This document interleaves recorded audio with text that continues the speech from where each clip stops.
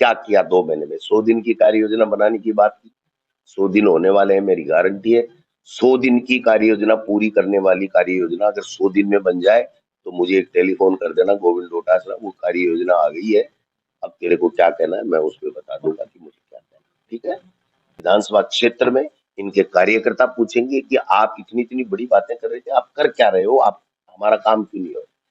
अभी देखा आपने, अल्प समय के लिए तबादले खोलेंगे, सेटिंग कर लो। ये पहला ऑर्डर है हिंदुस्तान में किसी स्टेट में कि कोई सेटिंग करनी है तो कर लो, हम अल्प समय के लिए खोलेंगे, पहले सेटिंग कर लो।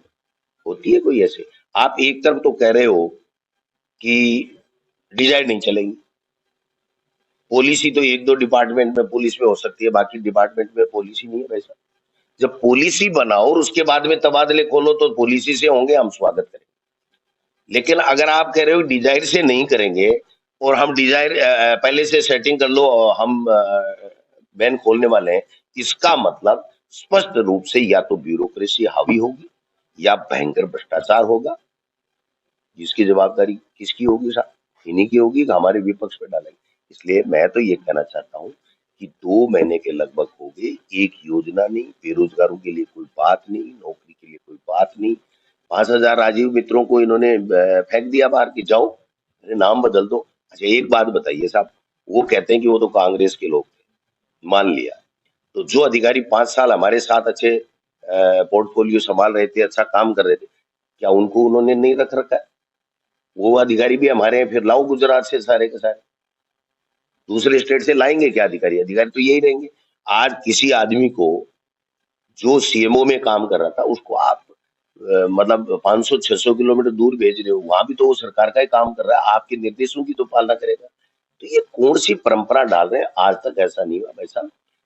थोड़ा बहुत इधर उधर एडजस्टमेंट डिपार्टमेंट का होता रहता है, लेकिन इस तरीके की बदले की भावना से जो कार्रवाई ये लोग बात कर रहे हैं, ये ढूंढ रहे हैं आरएसएस बैकग्राउंड का अधिकारी लाओ, आरएसएस बैकग्राउंड का। इस आरएसएस में से ही बना दो किसी को अधिकारी, वो मोदी जी ने दिल्ली में कर रखे हैं नियुक्त, हर डिपार्टमेंट में हर केंद्रीय मंत्री के ऊपर बैठा रखा है एक आरएसएस का पदाधिकारी, किसी न किसी नाम से रिसोर्स पर्सन, पता नहीं क्या क्या नाम निकाल रहे।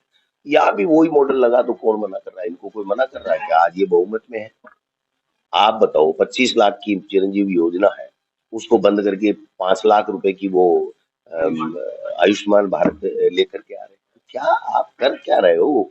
शिक्षा मंत्री जी ने अभी तक पूरे विभाग का अध्ययन नहीं किया, उनको पहले अध्ययन करना पड़ेगा।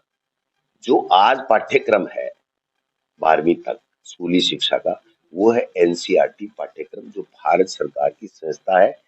वो जो सिलेबस बनाती है, राजस्थान की सरकार हो चाहे कोई भी सरकार हो, अगर एनसीईआरटी पाठ्यक्रम चलाती है तो उसको वहां का करोड़ों रुपए देने पड़ते हैं उनकी कॉपीराइट के, और वो जब पैसे जमा होते हैं तो वो सिलेबस की सीडी हमको भेजते हैं और हम प्रिंट करा के देते हैं। तो ये काम चल रहा है। तो जो भारत सरकार का एनसीईआरटी पाठ्यक्रम है उसमें क्या कुछ भी पढ़ाया जा रहा है, उससे इतर वो बात कैसे कर सकते हैं आप बताइए? एक मेरे को बात बताइए कि आज भूटान के बराबर हमारी करेंसी है, वो आपने कभी हमसे क्वेश्चन पूछा कि देश की इकोनॉमी का क्या हाल है? आप बिल्कुल नहीं पूछते कोई भी। आपने कभी पूछा? एक मिनट मेरी बात सुन लीजिए, मेरी बात सुन लीजिए। आपने एक नहीं क्वेश्चन किया, मैंने आपको किया है। आपने कभी नहीं पूछा कि देश की बाहरली कंट्रियों का क्या खतरा है? कभी पूछा आपने? चाइना कहाँ आ गया, पाकिस्तान क्या कर रहा है? 2 करोड़ हम युवाओं को नौकरियां देंगे, आज तक 10 साल में 20 करोड़ बढ़ने चाहिए थे, उसको घटा कर कह दिया अब हम 50 लाख देंगे। वहाँ नरेगा का क्या किया? 1 पैसा नहीं बढ़ाया, पेंशन का जो 1 रुपया नहीं बढ़ाया। तो ये क्या मुद्दे की बात नहीं करते हैं ये लोग।